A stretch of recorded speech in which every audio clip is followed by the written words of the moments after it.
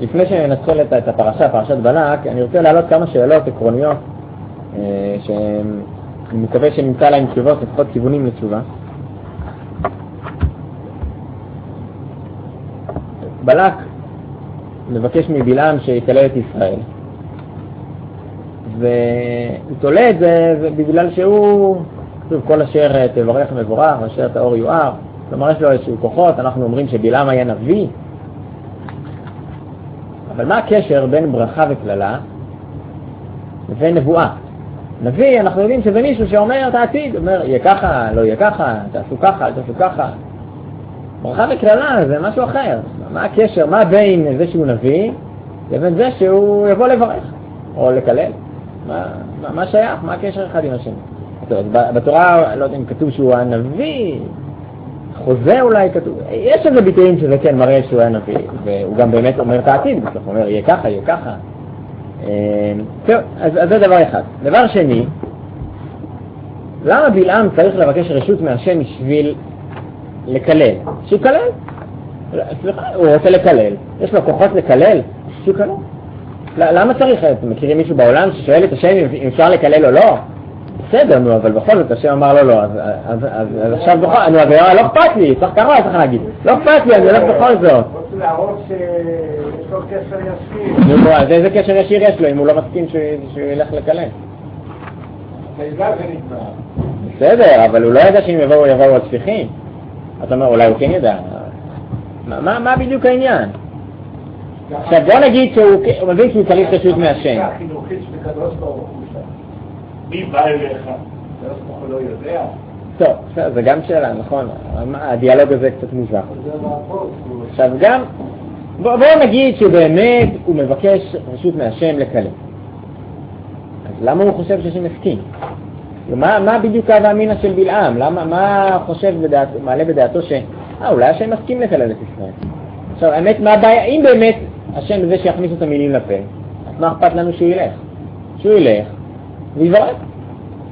אם באמת השם, הרי ידוע מראש שהשם הולך להכניס את המילים לפה, שילך ויברך. מה רע בזה? יש כוחות,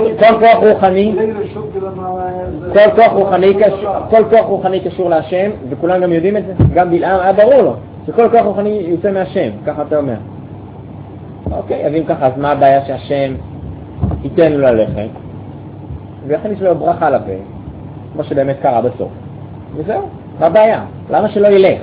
מה רע בזה שילך? ילך ויברך. יש שם רשימה מי כתב כל ספר וספר בספרי הנבואה. הוא כתב את ספר יהושע, השופטים, שמואל, דברי הימים. אז כתוב משה כתב ספרו בספר בלעם. פרשת בלעם, סליחה. זה פרשת בלעם. זה פרשת בלעם. אז יש כאלה שאומרים שפרשת בלעם זה יש לו ספר אחר שהיה ועבד, וגם אותו כתב משה. היה ועבד, כן, אבל הרבה מהפרשנים, ובאמת שזה נראה יותר הגיוני, כי אנחנו באמת לא שמענו לספר כזה, יש לנו ספרים חיצוניים שהיו, על זה לא שמענו, שזה בעצם הפרשה שלנו. אז רגע, למה שנחשוב אחר? למה שנחשוב שלא משה כתב את זה? מה המיוחד בפרשה הזאת שנחשוב שלא משה כתב אותו? אז כבר הזכיר רפי שזה בעצם לא קורה בעם ישראל. אז מה? בגלל זה לא השם כתב את זה? לא משה כתב את זה? בגלל זה נחשוב ככה? אז אומרים לנו שזה כן משה כתב, אבל למה שנחשוב משהו אחר? איפה יגיע לנו איזה רעיון להסביר את זה אחר?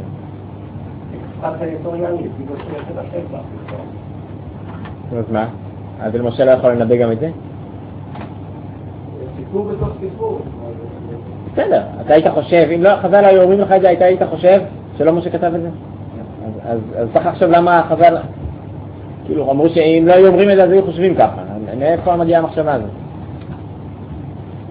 כנראה שאם לא חשבנו על זה לפני זה אז לא שאלנו מספיק שאלות ולא ביררנו מספיק, ולכן זה לא היה קשה לנו. רגע, איך יכול להיות שמשה כתב את זה? כן, חז"ל אומרים משה כתב את זה, אבל לא הייתה לנו את השאלה הזאת בכלל, אז כנראה שלנו בעיה לא הייתה לנו את השאלה. תורה מקצרת, זאת אומרת שאנחנו רואים מבחוץ, שומעים את הסיפור על בלעם, אז אנחנו יודעים מה גרם מה שהיה בערבות מואב. אז בשביל לענות על כל השאלות, היה לנו הרבה שאלות, אני רוצה לתת הסבר יסודי בכלל על מושג הנבואה. אנחנו נגענו בזה בכמה נקודות, בשיעורים קודמים, אני רוצה להאריך בזה קצת יותר, גם לא רוצה להכביד יותר מדי ולא נביא הרבה מקורות, אני רוצה להגיד את העקרונות, ועל פי זה נמצא תשובות לשאלות ששאלנו. טוב, אז שאלה ראשונה שאנחנו צריכים לברר אותה בעניין הנבואה, זה כאשר הנביא מקבל נבואה. האם הוא מקבל מילים מהשמיים? הוא מקבל מהשמיים, יש איזה מסוים שיורד אל הנביא, אותו הוא מקבל, או אפשרות אחרת, זה שיש איזשהו רעיון שהנביא מקבל אותו, ואז הוא מנסח אותו במילים שלו. כלומר, המילים זה מילים שהנביא ניסח. בסדר, טוב, אני אומר, זה פחות חשוב לעניין שלנו. ברור שזה גם שאלה חשובה. כן, נכון, אבל לענייננו, אחרי זה תבינו למה אני מכוון דווקא לנקודות האלה. מה זה הנבואה בכלל? האם הנביא מקבל, ישעיהו הנביא מתנבא, טוב, אני לא מדבר אפילו על משה, ישעיהו הנביא מקבל נבואה, האם הוא מקבל טקסט? כלומר, השם מקריא לו, והוא כותב? ויז'ן אולי זה האפשרות השנייה. שהוא מקבל, הוא מראה, הוא רואה משהו, ועל ידי זה יש לו איזושהי השגה, ואז הוא כותב את מה שהוא השיג. אבל המילים זה מילים שלו, אבל השאלה היא איך המילים מגיעות בסוף. בסוף לנו יש טקסט, זה בסדר, ברור, הוא מחווה, זה נכון. הרמב"ם גם מסביר, אם נלך בדרך של הרמב"ם מסביר שיש שני כוחות שפועלים בנבואה. יש את הכוח השכלי ואת הכוח המדמה. כדי שהנביא יוכל להשיג את ההשגה השכלית, הנבואית, הכוח הנבואי גם משהו שמתלבש על הכוח השכלי, אז הוא צריך משל. הוא רואה איזשהו משל בדמיון. על ידי הדמיון הזה יש את ההשגה. כלומר, הוא לא יכול בלי הדמיון. נגיד, ירמיהו הנביא יראה מקל שקד, וזה ילמד אותו, כי שוקד אני על דברים ומהר לעשותו. כלומר, אבל הוא ראה את השקד הזה. כמובן שאם אני הייתי רואה את המקל שקד, אז לא הייתי מבין מזה שום דבר, אבל אז ירמיהו הנביא מבין מזה משהו. אז יש איזשהו משל, ועל ידי זה הנביא מגיע להשגה. אבל השאלה היא, האם בהשגה זה נגמר, ואז אחרי זה המילים זה שלו, או שהמילים זה גם נבואה. כלומר, השם אמר את המילים האלה. והוא בעצם רק שמע באוזן שלו את המילים, וכתב. זו השאלה. כתוב שהשם מדבר איתם. נכון? בסדר. אז בואו נדבר על האלה שהשם מדבר איתם, בלי לקרוא להם נביאים. בסדר? בסדר, כדי שנהיה מדויקים איתם. אז מה אתם אומרים? אז מה זה נבואה? אז בשביל לענות על זה, צריך לשאול עוד שאלה. יש לנו הרבה שאלות. אנחנו שאלנו האם הנביא מקבל את המילים. השאלה היא, מניין הגיעו המילים? כלומר, האם השפה שאנחנו מדברים בה היא שפה שבני אדם המציאו אותה? כלומר, זה נקרא שפה הסכמית. יום אחד ישבו חבורה של אנשים ואמרו, בואו ונחליט על מילים. זה כיסא, זה שולחן, זה בית, זה אדם. כן? עכשיו, בוא נגיד, זה לא חייב להיות משהו כל כך רשמי, יכול להיות שזה במשך השנים מתפתח, אבל משהו הסכמי. כלומר, שבאמת בני אדם הסכימו על המילים האלה ואלה, על הצורת דיבור הזאת והזאת, כן, זה אפשרות אחת, שהלשון היא הסכמית. אפשרות שנייה, שהלשון היא טבעית. מה זה אומר טבעית? שהמילים הן מובנות באדם. כלומר, זה כמובן אפשר להגיד רק על שפה אחת, אפשר להגיד על כל השפות, אבל בוא נגיד, אנחנו אומרים, הלשון העברית היא לשון מיוחדת, לשון הקודש, אז מה עושה אותה להיות לשון הקודש? שהיא הלשון הטבעית לאדם. כלומר, כשאני אומר זה כיסא, זה באמת כיסא. כלומר, זה טבעי לאדם לקרוא לזה כיסא. או זה בית, זה טבעי לאדם לקרוא לזה בית. ואפשר גם לראות את זה בתורה, שהאדם הראשון רואה את התורה, רואה את מה השם מעביר לפניו את בעלי החיים, ואז לפי זה הוא קובע את השם. האדם הראשון הוא קבע את השמות, כן? נתן את השמות, כן? יש לנו את הפסוק, שזה ממש נשמע שהיה כאן איזה משהו מכוון, משהו מיוחד. וייצר אדוני אלוהים מן האדמה, כל חיית השדה ואת כל עוף השמיים ויבא אל האדם לראות מה יקרא לו, וכל אשר יקרא לו האדם נפש חיה הוא שמו. ויקרא האדם שמות לכל הבהמה ולעוף השמיים ולכל חיית השדה, ולאדם לא מצא עזר כנגדו. כלומר, האדם הראשון מחפש עזר כנגדו, הוא עובר על כל הבעלי חיים, ועל ידי זה הוא נותן להם שמות גם. כלומר, אנחנו רואים שנתינת השמות הייתה חלק מהבירור, האם אותה חיה מתאימה לו או לא. יש משהו מהותי בחיה, בג'ירפה שלה קוראים ג'ירפה, ולפרה שלה קוראים פרה. כלומר, זה קשור לאותו בעל חיים. אבל מי קורא לה ככה? מי קורא לה? האדם הראשון קרא לה ככה. האדם המדבר. נכון, בסדר. ברור שזה איזשהו כוח דיבורי, כוח דיבור. השאלה מתעוררת בעניין הזה. נכון, בסדר, זה כוח דיבור. אז זה אפשרות השנייה. רוח ממעלה, נכון. אז זה אפשרות השנייה. אז היה לנו אפשרות אחת שזה משהו הסכימי. אפשרות השנייה שזה משהו טבעי. והאפשרות השלישית זה שהשפה היא, הלשון היא משהו אלוהי. משהו נברא. כלומר, שהשם ברא את העולם, הוא ברא גם את השפה. זה לא מובנה? זה לא המובנה? זה יותר מזה. זה בעצם, ככה יגיד גם הרמב"ן, למה השפה הזאת נקראת לשון הקודש? כי גם המלאכים מדברים בשפה. כי גם התורה ניתנה בשפה הזאת. זה אומר שהשפה היא משהו גבוה, לא רק בגלל שזה מובנה בטבע שלי לדבר. זה מובנה בעולם הרוחני, ששולחן המהות שלו, המהות הרוחנית שלו זה שולחן. יכול להיות שאפשר גם ללמוד את זה מהפסוקים שקראנו מקודם מהאדם הראשון גם. כלומר, הוא ראה את המהות של זה ולכן קרא לזה בשם הזה. אבל זה יותר מאשר טבעי. טבעי זה חוקי הטבע. זאת אומרת, זה יותר מחוקי הטבע. זה חוקי העולמות הרוחניים. בסדר? זה האפשרות השלישית. כן, אוקיי, נכון. כתוב גם בתורה, נכון, שהשם אמר שלאיזה שפה הוא דיבר.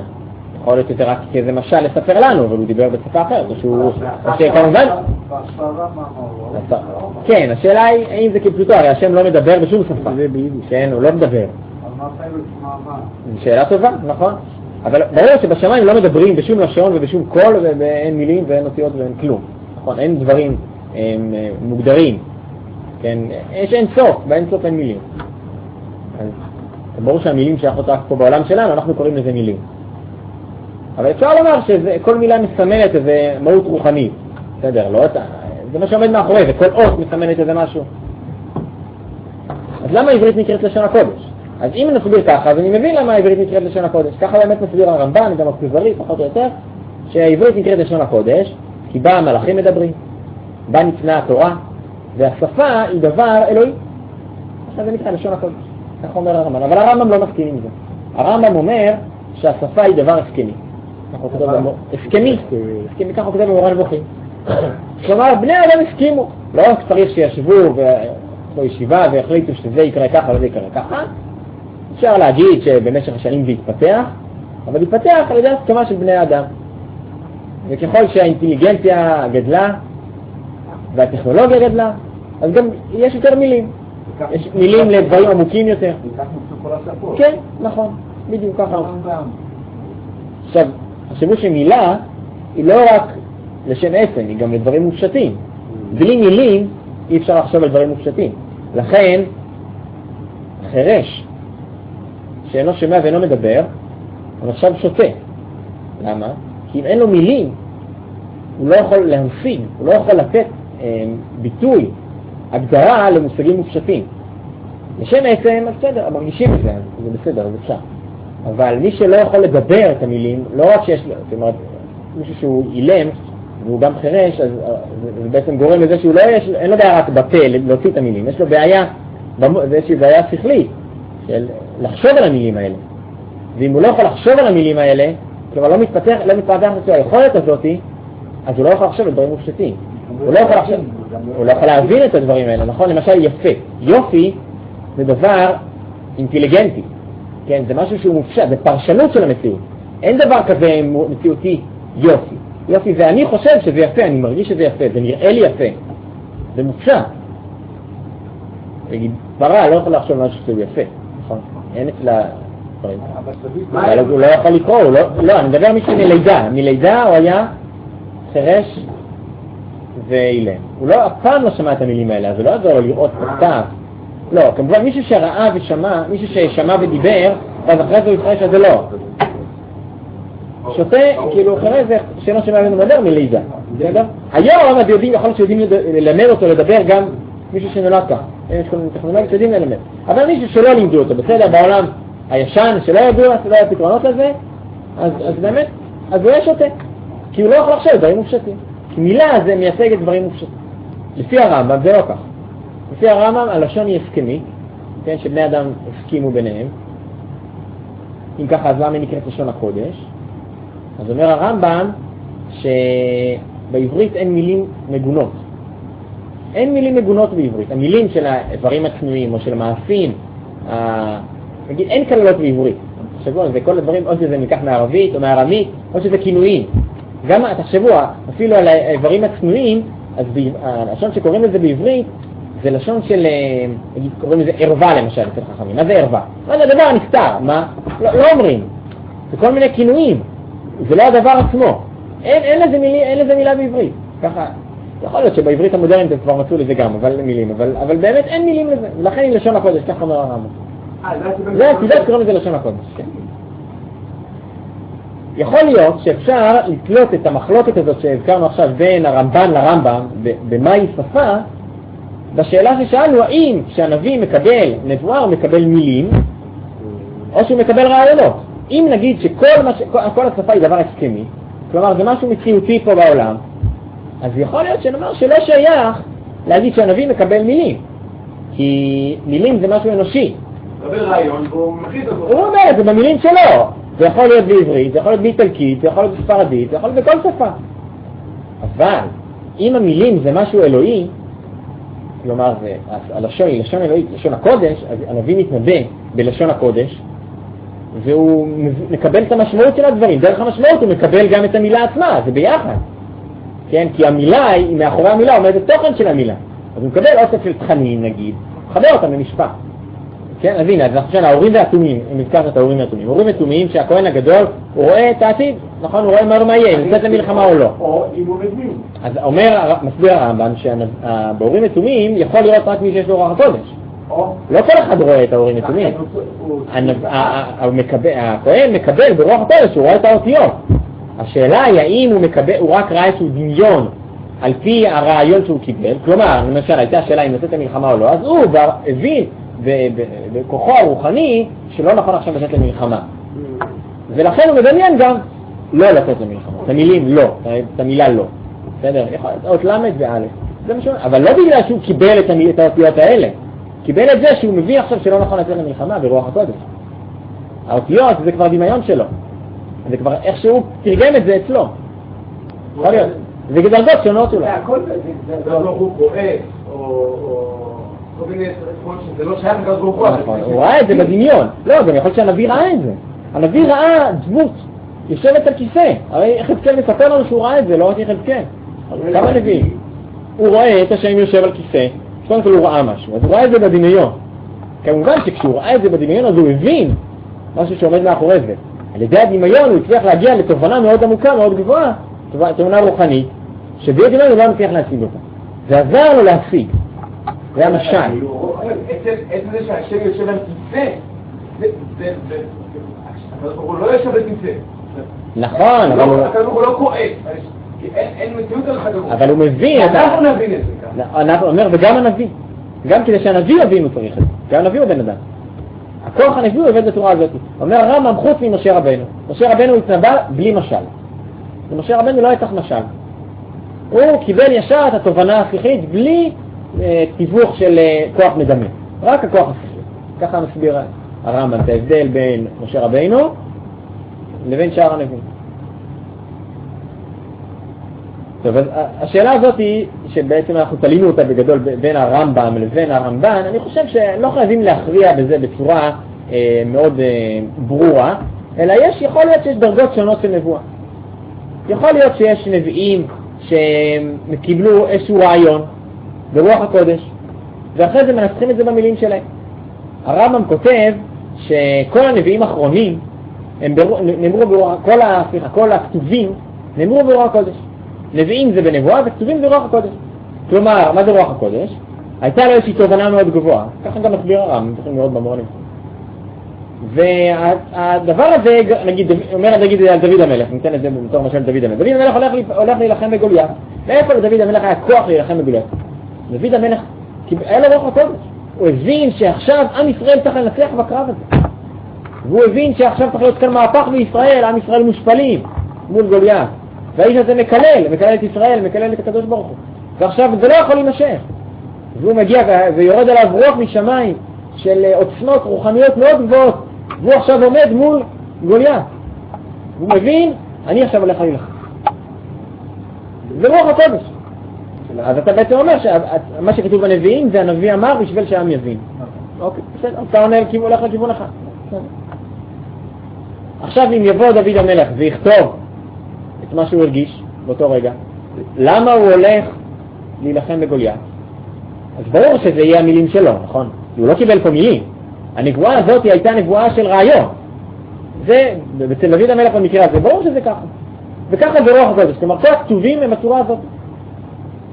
המשמעות של זה היא, למשל, שספר, נגיד משלי, שזה חוכמתו של שלמה, חוכמתו שהייתה לו ברוח הקודש. אבל הניסוח בסוף, את הניסוח, היה ניסוח של שלמה המלך, כבן אדם. הרעיון זה רעיון ברוח הקודש, אבל הניסוח זה ניסוח של שלמה כאדם. זה דברים שנאמרו ברוח הקודש, אבל מה עם דברים שנאמרו בנבואה, בדרגות גבוהות יותר? בעצם הנבואה, מה עושה הנבואה? הנבואה היא מחברת בין, בכל מקרה צריך להיות את הטרנספורמציה בין הרעיון המופשט לבין המילים. בשמיים אין מילים, כן? מילים זה רק כמה פה בעולם הזה. באין סוף אין מילים, אין אירועים, אין התנהלות היסטורית, אין דברים כאלה. באין סוף יש רק רעיון. הרעיון הזה צריך לרדת לעולם. והטענה שלי היא שהנביא בכוח נבואתו הוא עושה את הטרנספורמציה הזאת. כוח הנבואי, הכוח שמתרגם את הרעיון המופשט למילים. כלומר, כשאני אומר שהנביא עושה את זה, אני לא צריך להגיד שהוא עושה את זה בכוחו האנושי, הוא עושה את זה בכוחו הנבואי. הניסוח של המילים זה היה בנבואה, אבל זה מה שהנביא עשה. זה כוחו של הנביא. כוחו של הנביא זה להוריד את האינסוף לעולם הזה. זה הכוח של הנביא, זה מה שעושה הנביא. רוח אלוהים, נכון, בסדר. שאלה מה בדיוק היה עליו? האם המילים שבלעם אומר זה מילים שנאמרו לו מהשמיים, או שהוא רואה משהו, יש לו איזושהי תובנה על עם ישראל, ואז הוא מנסח את זה במילים שלו.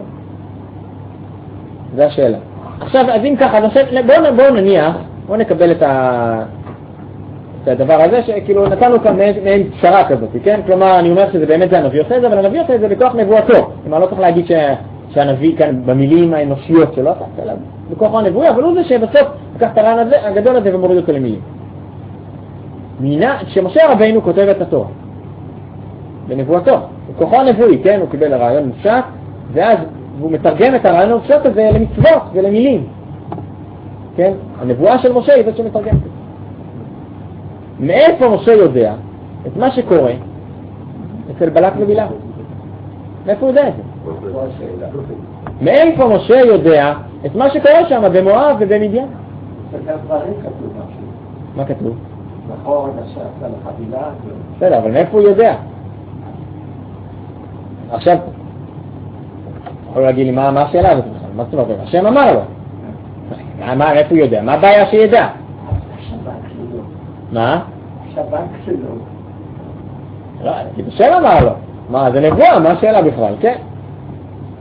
האם הנתונים המציאותיים שיש בנבואה הם גם נבואה?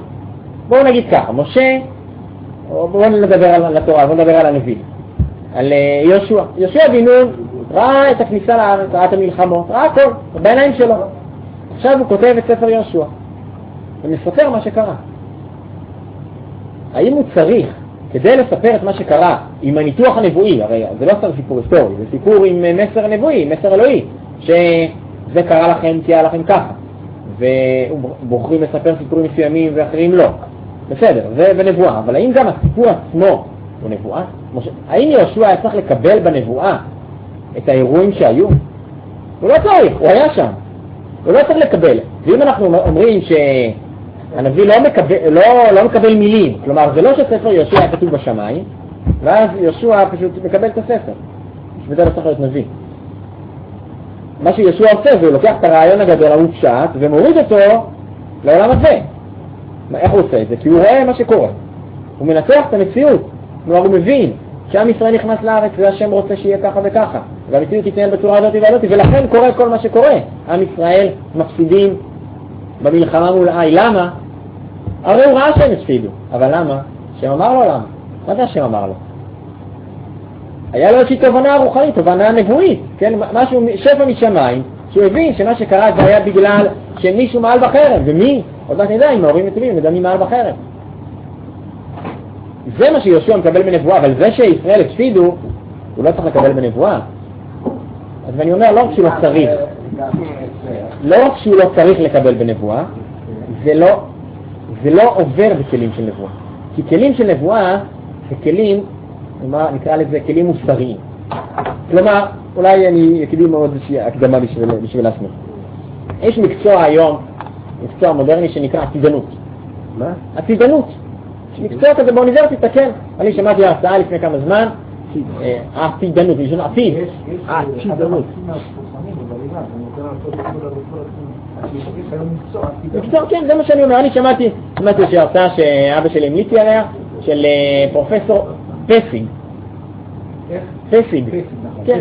אז זהו, עכשיו יש הרבה שמתעסקים בזה, הוא לא היחיד, כן, אבל הוא היחיד שיש לו דוקטורט על זה בארץ. כלומר, יש לו דוקטורט בעתידנות. והוא מנסה לחקור ולנבא מה יהיה, על פי ניתוחים מציאותיים, ניתוחים היסטוריים, ניתוחים של כלכליים, חברתיים, הוא מסתכל על ההיסטוריה, לומד איך הדברים פועלים, הוא לומד את החוקיות. בדיוק. ויחד האם יעשו ככה. זה מה שהוא עושה, אז כאומר כשם שיש, יש את זה נגיד בפיזיקה, יש חוקיות בעולם, חוקיות מציאותית, יש גם חוקיות בכלכלה, יש חוקיות בפסיכולוגיה, בסוציולוגיה. לא, למה? אנחנו יודעים שהעולם, יש חוקיות בפיזיקה, נכון? יש פה טבע. העולם הזה פועל על פי חוקי הטבע. אבל עדיין העתיד הוא לא דבר אחר. רגע, אם אני אומר, תשמע, אני יודע שאם אני אעזוב את העץ הזאת עכשיו היא תיפול. איך אני יודע? כי אני מכיר שיש כוח כזה שנקרא כוח משיכה, אני אפילו לא צריך להכיר את זה, כי כוח הניסיון אני יודע שאם אני אעזוב זה ייפול, אבל עכשיו אנחנו גם יודעים שיש כוח שנקרא כוח משיכה, שפועל בין שני גופים שיש להם איזושהי מסה, ונמשכים אחד לשני, ולכן אני אעזוב את העץ והוא נופל. אז מה, אז אני כופר במציאות השם אם אני אומר את זה? לא, אני יודע שהעולם הזה, שהשם ברא, פועל על פי חוקיות מסוימת. איך עכשיו ההשגחה שלו מתערבת בזה? עוד מעט נדבר אולי על זה, אבל זה לא קשור אחד לשני. ברור שיש כאן איזושהי חוקיות, נכון? אז כשם שיש חוקיות לפיזיקה, יש גם חוקיות פסיכולוגית. כן? אם מישהו היה במלחמה, אז הוא עלול לקבל הלם קרב. וככה פועלים חוקי הטבע. מה לעשות? אז זהו, אז אני צריך להיות מבין בשביל זה? לא, צריך להיות בן אדם חכם שמכיר את המציאות ומבין מה הולך להיות. אז בקיצור, המקצוע הזה, זה שחוקר את זה, רק החידוש שלו זה שהדברים הם לא כל כך ליניאריים. ההתפתחות של הדברים בעולם היא לא ליניארית והיא גם לא אקספוננציאלית, כלומר זה גם לא גרף בריבוע, כן? אלא זה משהו שיש קפיצות. למשל הוא מדבר על ההתרבות של האנשים בעולם, כמה אנשים יש בעולם, והוא מראה גרף שזה בא בקפיצות שהן בטח לא עלייה ליניארית וגם לא אקספוננציאלית, זה משהו בקפיצות וזה עולה ועולה, והוא מראה הפרשים עצומים, שאיך לפני 60 שנה היו בעולם 3 מיליארד אנשים, והיום יש 6 מיליארד. לא, כמעט 8 מיליארד. היום יש כבר 8 מיליארד. זו קפיצה אדירה. וכשאתה הולך אחורה, אתה עושה הערכות, אתה רואה שהיו אלפי שנים, שהעולם נשאר כפחות או יותר אותו דבר, ופתאום יש עלייה, וזה עולה, אז הוא אומר, הרעיון שלו זה שכל גרף, אין דבר כזה בטבע שעולה ועולה ועולה, ולא יורד בסוף. כלומר, ברור שזה יתפוצץ מתישהו. זה הכלל אומר, אני רואה את זה בטבע, אני אומר גם פה זה יקרה. אוקיי. זהו על פי זה חוקר וקובע, מנסה להבין את העתיד. בעצם הטענה של הנבואה זה שהעולם לא פועל על פי חוקי הטבע. מה זאת אומרת? יש מאחורי חוקי הטבע חוק יותר עמוק, שהוא זה שמוביל את העולם. יש חוק מוסרי, או חוק, נקרא לזה חוק רוחני. הקדוש ברוך הוא ברא את העולם. ויש לו תוכנית. התוכנית היא לא תוכנית פיזיקלית. זה לא משהו חדש. זה גם לא? זה לא משהו חדש. אבן איינשטיין דיבר, אבן איינשטיין, הוא דיבר על זה. נסיים את המשפט. רגע, אני אתן לסיים את המשפט. יש פה חוקיות שאומרת שנניח העולם מתקדם לטוב. העולם מתקדם להיות מוסרי יותר. זה לא אומר שהמציאות תסתדר בצורה מסוימת. אני לא יודע בדיוק איך זה יקרה, אבל יש פה רעיון רוחני, זה רעיון מאוד כללי, שאנחנו יודעים אותו, שהעולם מתקדם לטוב, מתקדם להיות מוסרי יותר. בסדר?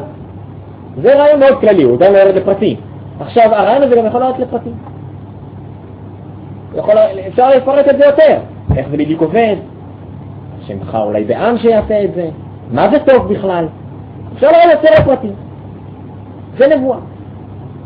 עכשיו, שנגיד, אחת מהנבואות אומרת, שתהיה גאולה לעם ישראל, עם ישראל יחזור לארץ. למה? כי זה חלק מהתיקון של העולם.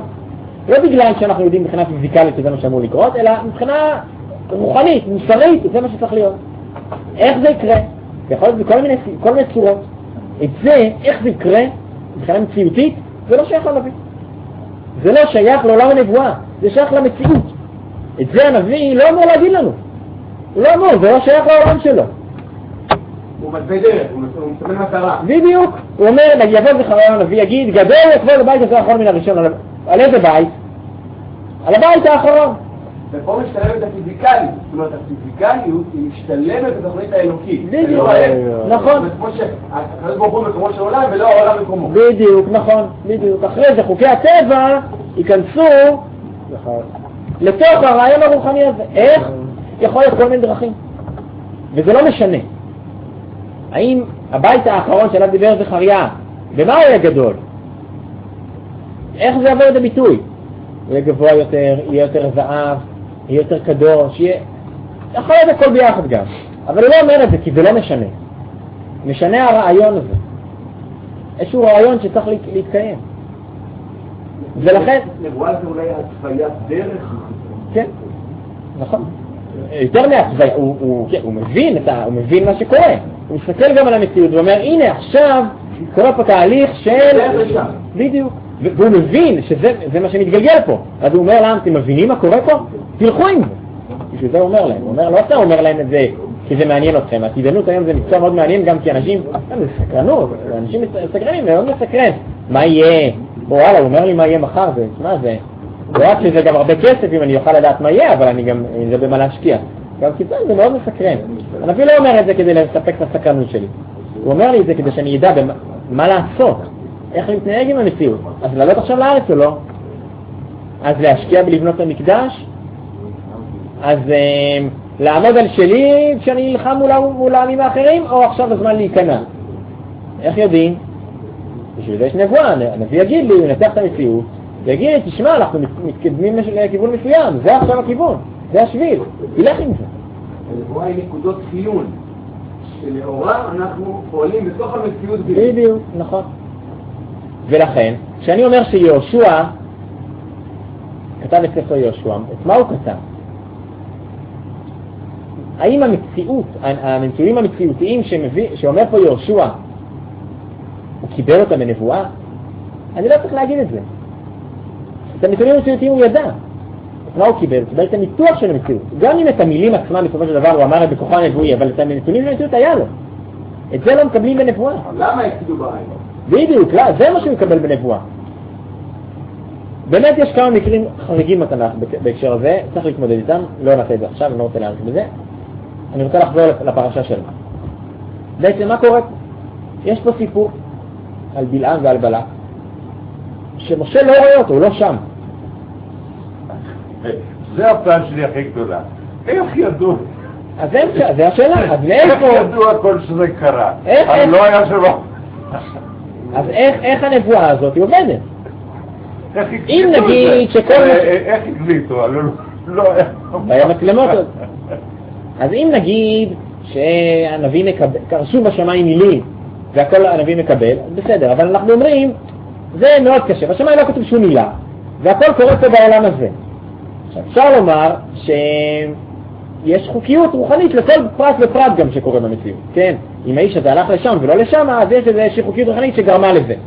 אבל זה כבר הרמב"ם מדבר על זה, שמה היחס בין ההשגחה למציאות? עד כמה הקדוש ברוך הוא משגיח בפרטי המציאות? כן, יש שפן שנמצא פה ולא שם, יש איזו סיבה מוסרית שזה קורה? אז הרמב"ם כותב שכיח על הכלל, על מי החיות, בדיוק. והסיבה היא, אומר הרמב"ם, שככל שהדבר הוא רוחני יותר, בדרגה רוחנית גבוהה יותר, יש עליו יותר השגחה. האדם הוא בדרגה רוחנית גבוהה יותר, לכן יש עליו יותר השגחה. היהודי הוא יותר מהגוי אולי, וגם אצל היהודי. יש אדם שהוא ברמה רוחנית גבוהה יותר, ואדם שהוא פחות. ככל שאדם נמצא ברמה גבוהה, אז ההשגחה גדולה יותר. ככל שהוא ברמה רוחנית נמוכה, אז יותר פועלים עליו כוחות הטבע. כלומר, פחות או יותר גם ככה פועלים, אבל אין עליו את ההתנהלות המוסרית של המציאות, זה לא חלק מזה. ועכשיו להגיד שזה שבלעם הלך לשם או לשם, או שבלק ביקש מבלעם את זה ואת זה, זה אפשר להבין. משה יכל להבין את זה על ידי סיבות מוסריות, הוא מבין את ההשגחה של השם, ומזה הוא מבין שזה מה צריך לקרות, זה קשה מאוד להגיד עד לפרטים האלה. ולכן, הייתה שאלה. החכמים צריכים לבוא ולהגיד לנו, תשמעו, את פרשת בלעם כתב משה רבנו. זה לא כתב את זה בלעם, ולא בלק. כתב את זה משה. מאיפה משה ידע? זו שאלה, אני לא יודע. יכול להיות שמישהו בא וסיפר לו מה שקרה שם. יכול להיות שהוא מצא כתב שזה היה מסופר. אגב, אתם יודעים שהם מצאו אני חושב שזה היה באזור ירדן. מצאו כתובת שנקראת כתובת בלעם. ככה קראו לה שמספרת את הסיפור של בלעם. עכשיו הכתובת הזאת מצאו אותה מרוסקת לגמרי, ולכן היה צריך לעבוד הרבה בשביל לשחזר, ואין לנו את הכל, וגם מה שיש זה מאוד מקוטע, אבל יש שם ממש את בלעם שהוא מדבר, כלומר היה אחד. מאוד מעניין, כן, מאוד מעניין לראות את זה, כן, את הכתובת הזאת שהיא נמצאת בדיוק באזור שהוא פעל, באזור של מואב, ומה שמאוד מעניין, שזה שראיתי שהרב יואל בן נון כותב, שהשמות שכתובים שם, זה שמות בריבוי אלוהות. כלומר, זה שמות עבודה זרה. ותחשבו על זה, אם באמת זה נבואות של בלעם, אז למה כתוב פה שם השם? הרי בלעם לא השתמש בשם השם. בלעם לא הכיר את שם השם, אולי במעמד הר סיני, הוא לא שמע שהשם אלוהינו השם אחד. אז באיזה שם השתמש בלעם?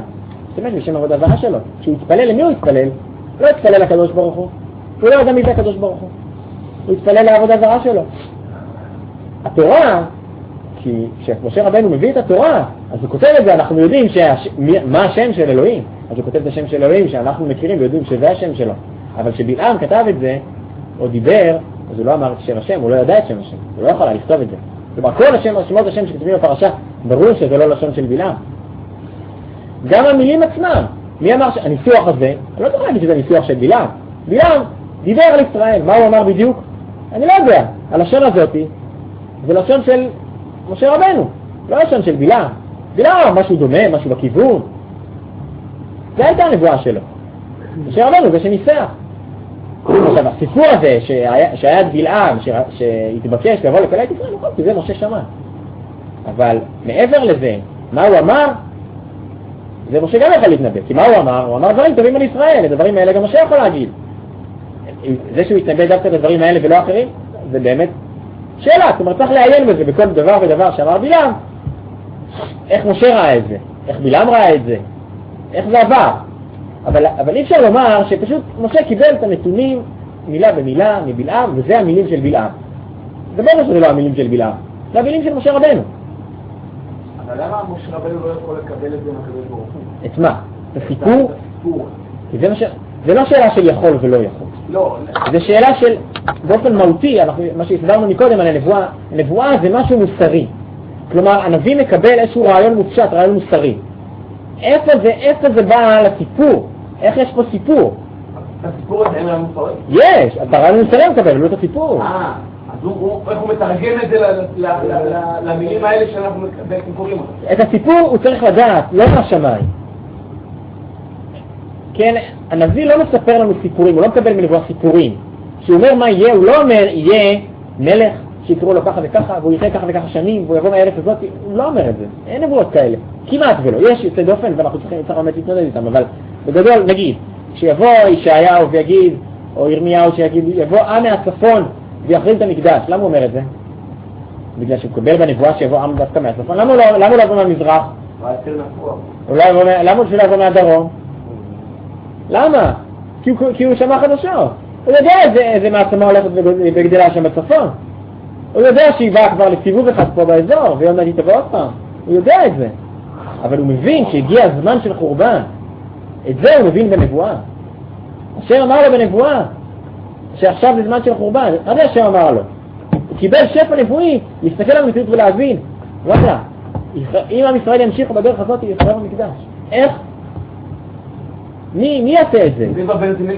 זהו, תסתכל על המציאות, תגיד מי יעשה את זה, לא צריך להיות גאון גדול. אבל לאיזה כיוון ללכת, זה צריך נבואה.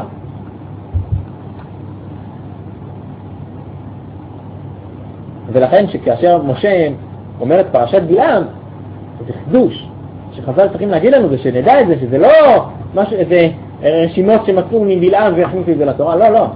זה משה אומר, זה נבואות של משה רבנו. בלעם גם מתנבא ככה. אבל את הלשון הזאתי כתב משה רבנו, לא בלעם, זה לשון של התורה. וחשוב שנדע את זה. חז"ל אומרים לנו את זה, שלא נחשוב אחרת.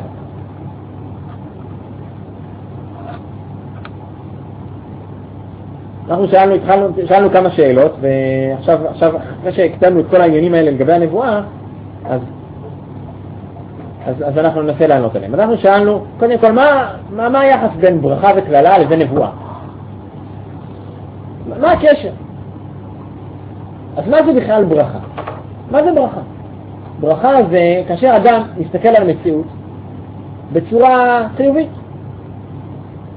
ואנחנו יודעים, כמו שגם הסברנו עכשיו, וגם דיברנו על זה כבר בשיעורים קודמים, שהנביא הוא לא רק מספר מה יהיה, הוא מייצר את המציאות הזאת, הוא מייצר תהליכים. הוא לא רק מספר שיהיה תהליך כזה וכזה. הנביא הוא זה שמייצר, הוא קובע זה שהנביא הוא ישעיהו, יגרום לזה שיהיה מה שישעיהו חושב שיהיה, מה שהוא מקבל בנבואה שיהיה. ואם זה היה נביא אחר, אז אולי קוראים דברים טיפה שונים, באופן טיפה שונה. כלומר, המוסר האלוקי יכול להתפרק לכל מיני דרכים. יש נביא אחד שאצלו אין אפשרויות שונות, זה משה רבנו. על נבואות משה אין חולק. כלומר, לא יכול להיות שיהיה נביא אחר שיראה את זה אחרת. אין מצוות אחרות. לא יכול לבוא נביא ויגיד, רגע, זה היה מצוות שנועדו לדור מסוים. עכשיו יש מצוות שנועדו לדור אחר. לא, אין. הנבואות של משה רבנו, משה הוא מעל כל הנביאים. אין אפשרות אחרת להסתכל על המציאות ממה שמסתכל עליה משה רבנו. אבל כשבא ישעיהו, יכול לבוא נביא אחר, בדור אחריו, ויסתכל אחרת, לא, אפילו נביא אמת, לא נביא שקר. יכול נביא אמת, דור אחריו, ויסתכל מציאות טיפה אחרת. הוא לא יחלוק עליו, כן, השם לא ישלח לנו שני נביאים שיגיד דברים שונים, לבלבל אותנו, אבל יכולה להיות הנהגה שונה, יכולה להיות לא ישעיהו אלא נביא אחר, ואז ההנהגה הייתה טיפה שונה. יש לנו את אליהו, ואנחנו מכירים אליהו ואלישע, שהיו הנהגות שונות, השתנה נביא, השתנתה ההנהגה. אצל אליהו היה בצורת, אצל אלישע יש ניסים כל הזמן. זה הנהגה שונה של המציאות, כי יש נביא אחר, אז יש הנהגה אחרת. אנחנו פועלים עם הנביא. אם אין נביא, אז זה קטסטרופה. כי אם אין נביא זה אומר שאנחנו ברמה רוחנית נמוכה, שהקשר לא מתגלה אלינו, אז יש פחות השגחה. כי יש יותר נביא, יש נבואה גדולה יותר, יש יותר השגחה. כשהיה משה רבינו, אז הדעה היה ברמה הרבה יותר גבוהה. זה אומר שעל כל דבר ודבר יש השגחה, זה אומר שיוצאים למלחמה, משה רבינו מרים את היד ומנצחים. אין לנו היום דברים כאלה. כי גם אין לנו משה רבינו. כי אין לנו גילוי אלוהי בצורה ברמה הזאת. הגילוי אלוהי נמוך יותר. אז בעצם מה זה ברכה? ברכה זה כמו נבואה. האדם מסתכל על המציאות ורואה אותה בעין חיובית. ככל שהוא אדם גדול יותר, זה יותר משפיע. אם הנביא בא ומברך, אם יבוא אלישע ויגיד, הוא יחיה, בירך אותו. אבל כדי להגיד, הוא לא סתם, זה לא מילה מהפה ולחוץ. הוא צריך לראות את זה, הוא צריך לרצות את זה, הוא צריך להיות שם. השם לא מספר לי מה אני צריך לעשות. מה, זה יותר טוב? זה גורם לי לא יודע, אני חושב שאם הוא היה אומר לי מה לעשות. לא, שבמדבר זה היה מציאות נצחית. אבל בארץ ישראל, אין נביאים. אבל יש נביאים, מה אין נביאים? לא, זה לא, יש משהו אחד, האם אני רוצה לפעול דרך הטבע או לחיות על נס. אבל זה לא סותר את זה שכדאי שאני אבין את המציאות, כדי שאני אדע איך לפעול איתה. ואם עכשיו, אני באמת לא יודע מה לעשות, תחשבו על המציאות, תגיד, נלך אחורה 70 שנה, 80 שנה, יהודי נמצא באירופה, או לא באירופה, בכל מקומות בעולם, והוא לא יודע מה לעשות אם לענות לארץ או לא. מה שמעצה ממני? שזה קצת תנ"ך. אבל הוא מסתכל על תנ"ך, ויש כאלה סביבות תנ"ך עמוד דבר אחד, אחרים סביבות תנ"ך, הוא לא אחר. זה בעיה, מה נעשה? מה נכון? איפה אני אמור לדעת מה שהם רוצה ממני? אז אם יש נביא, אז הוא אמור להגיד לי, זה לא שאם יש נביא אז ישר כולם יודעים, הוא הנביא ונלך איתו, כי גם יבוא נביא שקר ויגידו עוד דברים אחרים. רוב אנשים לא יקשיבו לנביאים בכלל. בסדר, אבל הגילוי גדול יותר.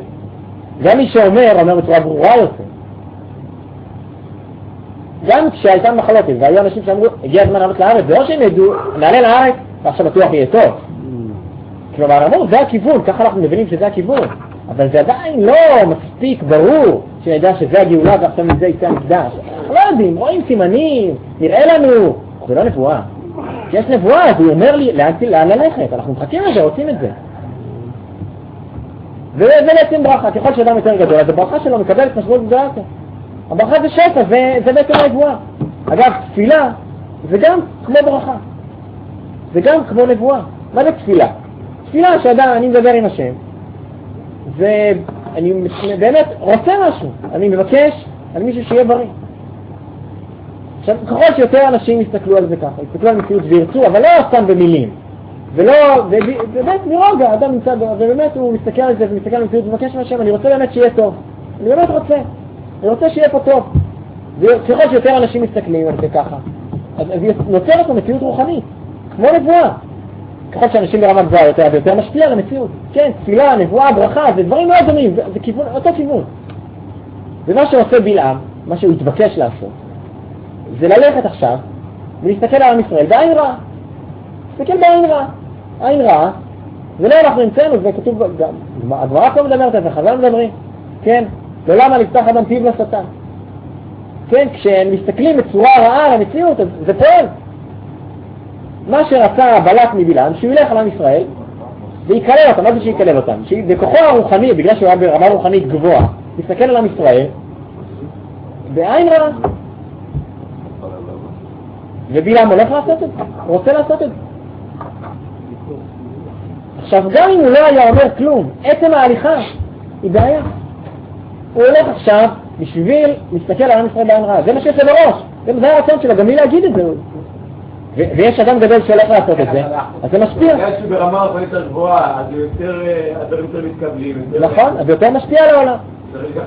ומה שמתגלה אצלנו בפרשה, שזה החידוש הגדול של הפרשה שלנו, לדעתי, משהו שבלק לא הבין אותו. בלק רואה את המציאות הרוחנית, ואומרים גם בזוהר הקדוש נאמר שגם בלק היה לו הרבה כוחות, חז"ל מדברים על זה, היה לו כוחות רוחניים. והוא אומר לכל עם יש שר בשמיים. לכל עם יש את הכוח שלו. והמטרה שלנו עכשיו זה שהכוח של השר שלנו, המלאך שלנו בשמיים, יגבר על המלאך שלהם. זה הכל. זה מה שעושים. ככה גם החרצונים של מצרים, כשהם מתמודדים מול משה רבנו, ככה גם הם מרגישים. יש להם מלחמה רוחנית. ואולי זו הסיבה שכל המיתולוגיה, הכל בנוי מלחמות כאלה של אלי. הכל כאילו מלחמות רוחניות. יש פה מלחמות רוחניות בין אלים, שהמשאלה מי יגבר. ומה שמגלה פה בלעם, ובלק לא רואה את זה, אבל בלעם רואה את זה, שהוא מנסה ללכת, כאילו הוא מנסה ללכת עם השר שלו, עם הכוח הרוחני שלו, והוא נתקע. אין, כאילו יש איזה משהו אצל ישראל, שזה לא תופס פה הכוחות הרוחניים שלו, כאילו לא הוא לא שולט בזה. בעצם מה שהתורה, עם ישראל מביא לעולם, זה האמונה בשם אלוהינו שם אחד. יש אלוהים אחד, שהוא נמצא מעל הכל. כשישראל פונים לשמיים, הם לא פונים לשום מלאך, פונים ישירות לקדוש ברוך הוא. זה לא כמו אצל כל העמים, אצל העמים יש אמונה בשיתוף, אין בעיה לדבר על שר שהוא יפנה לאלוהים. כן, אין בעיה עם זה, זה בסדר.